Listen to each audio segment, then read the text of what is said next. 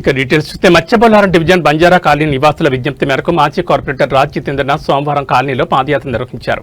కాలనీలో నెలకొన్న పలు పౌర సమస్యలను ఆయన క్షేత్రస్థాయిలో పరిశీలించి స్థానికులతో ముచ్చటించారు. పాదయాత్రలో భాగంగా కాలనీలోని ప్రధాన సమస్యలను ఆయన గుర్తించారు. దెబ్బతిన్న రహదారుల పరిస్థితిని, డ్రైనేజ్ లీకేజీలు మరియు వర్షపు నీరు నిలిచే ప్రదేశాలను పరిశీలించారు. చెట్ల కొమ్మల కత్తిరింపు అవసరమని, స్మార్ట్ ఎన్క్రోచ్మెంట్ల వల్ల కలుగుతున్న ఇబ్బందులను స్థానికులు ఆయన దృష్టికి తీసుకెళ్లారు. కాలనీలోని పార్కును మరింతగా అభివృద్ధి చేయాలని నివాసులు కోరారు. ఈ సందర్భంగా ప్రెసిడెన్సీ ఎవెన్యూ నివాసులు రాజ్ జితేంద్రనాథ్ కలిసి తమ కాలనీలో ఒక ఓపెన్ జిమ్ ఏర్పాటు చేయాలని కోరారు. దీనిపై ఆయన సానుకూలంగా స్పందిస్తూ సంబంధిత అధికారులతో మాట్లాడి త్వరలోనే ఓపెన్ జిమ్ ఏర్పాటు చర్యలు తీసుకుంటారని హామీ ఇచ్చారు. ఈ కార్యక్రమంలో బంజారా కాలనీ నివాసులు JS Yadav, Andrew, Narasimha, Shamim, Muzam Ali, Augustine, Aravind, Mallikarjun పాల్గొన్నారు. అలాగే ప్రెసిడెన్సీ ఎవెన్యూ కమిటీ సభ్యులు ప్రవీణ్, బంగారెడ్డి, రమేష్ నాయుడు, యూసఫ్ భాయ్, దోరాస్వామిరెడ్డి, నరేష్, మంగిలా, సతీష్ తదితరులు పాల్గొని తమ సమస్యలను వివరించారు.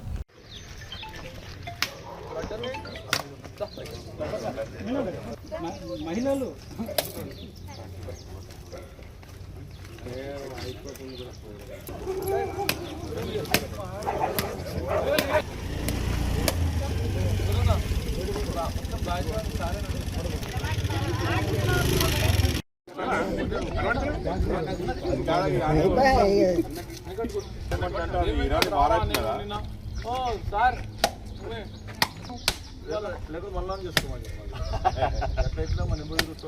దావా చేసినా మన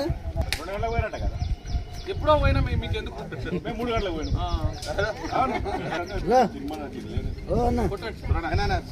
అక్కడ అయిపోయి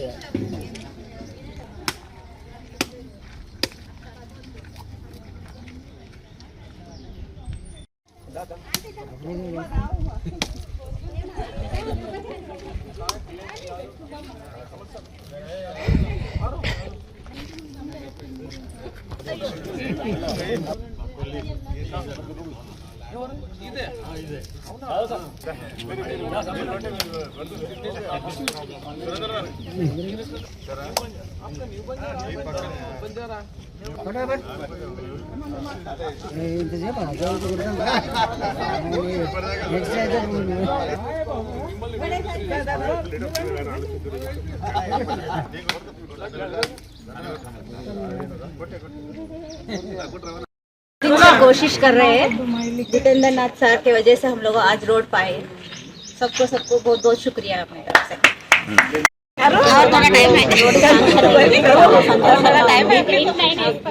जितेंद्र नाथ गारू కార్పొరేటర్ వాళ్ళు మాకు చాలా హెల్ప్ చేస్తున్నారు. ధన్యవాదాలు. జితేంద్ర గారు మరియు సురేందర్ రెడ్డి గారు మరియు మిగతా కాంగ్రెస్ నాయకులందరూ కూడా వచ్చి ఈ రోడ్ ఇనాగ్రేషన్ చేయడం జరిగింది.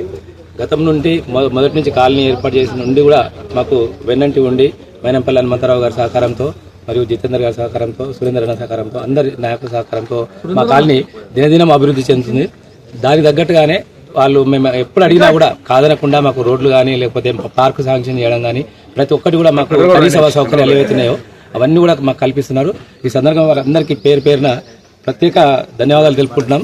ఇదే సహకారం మాకు మున్ముందు కూడా చేస్తారని గట్టిగా నమ్మకం ఉంది. అయితే ఒక్కటేంటంటే మాకు ఇప్పుడు ప్రభుత్వం ప్రకటించిన